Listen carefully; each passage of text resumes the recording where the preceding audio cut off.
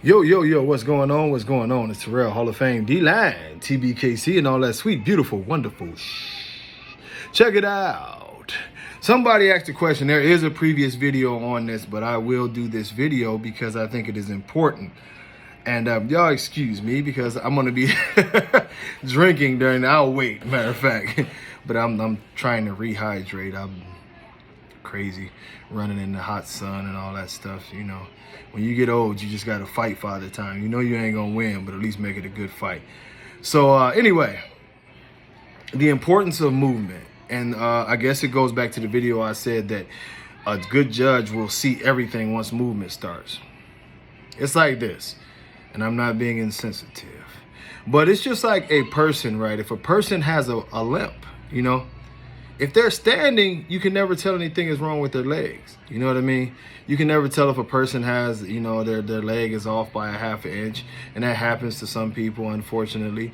But you'll never see the limp because they're standing. It's the same thing with the dog's movement.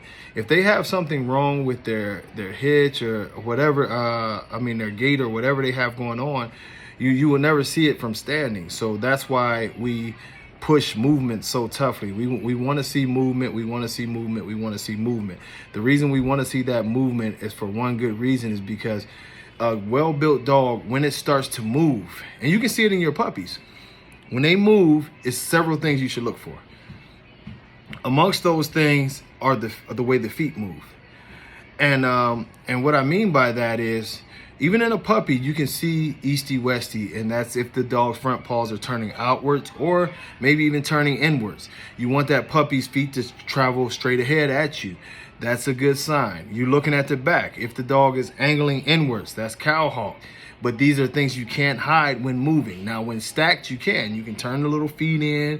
You can straighten the back legs out and make them stand that way, but it's not their natural stance.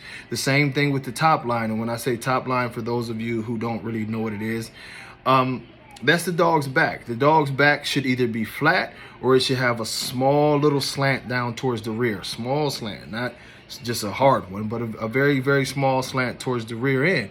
Now, that even when moving, that top line should be just like that.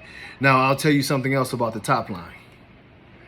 If this dog is put together properly, if the feet are good, if the hips are good, if everything is moving well, it's two things you'll notice about the dog. It'll almost look like it's gliding. The movement will be effortless. You will notice that if you really, and this is something I do as a judge, I key in on the dog's back. The reason that I key in on the dog's back is one good reason. The one good reason I key in on the dog's back is because I want to see if his top line is moving. And some of y'all have heard me make this reference, but I like to feel like on the top line that maybe I'm just sitting a glass of wine on his back. You know, boom. And it won't, and that glass of wine, and we ain't gonna spill a drip. The ones who, you know, like if you watch like a big show like Westminster, you'll even see it in the bigger breeds. You'll see dogs that are 140, 150 pounds. And when they get to moving, if you look at their top line is just perfectly still. They just, they're gliding because they're put together perfectly. Their movement is very, very symmetrical. Everything is working. The reason that you get like a shake in the movement of the dog's back is because something is off somewhere. It can start in the lower paws, you know, like if the dog is weak in the pasterns and it's not up on its feet the way it's supposed to be, that little hitch where it comes back down to the pasterns, that'll make the dog wobble. So you'll see it in the back. It all transfers up to the back.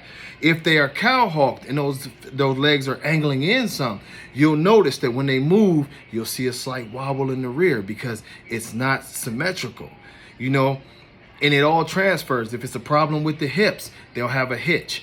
If it's a problem with the stiff stifles, the stiff stifles is basically a bend in the knee. So because they don't have that bend in the knee, they sort of wobble because they can't get a fluent movement. All of these things sort of transfer to looking at the top line. That's why the top line during movement to a lot of judges is like the most telling thing that something is there, or what I thought I saw. You know, if I thought I saw that the dog was cowhawk, it'll definitely show up when that dog starts moving. Easty Westy is tricky. Now you're just looking for the Easty Westy because a lot of dogs who are Easty Westy, they'll move sort of normal on the top line. You watch them and their top line, they still glides because that's one of the things that generally just doesn't like knock off the movement. I don't know why, but it a lot of times, now if it's severe, it will. But some dogs that are Easty Westy, they travel very well that way. But I noticed the cow hog dogs, they have that little wobble in the back, like their butt is shaking. You know, dogs who have the when they're a little bit overly wide or the bowed legs, their movement is such that because of the way the front is built, they wobble more towards the front. This is something that you're looking for.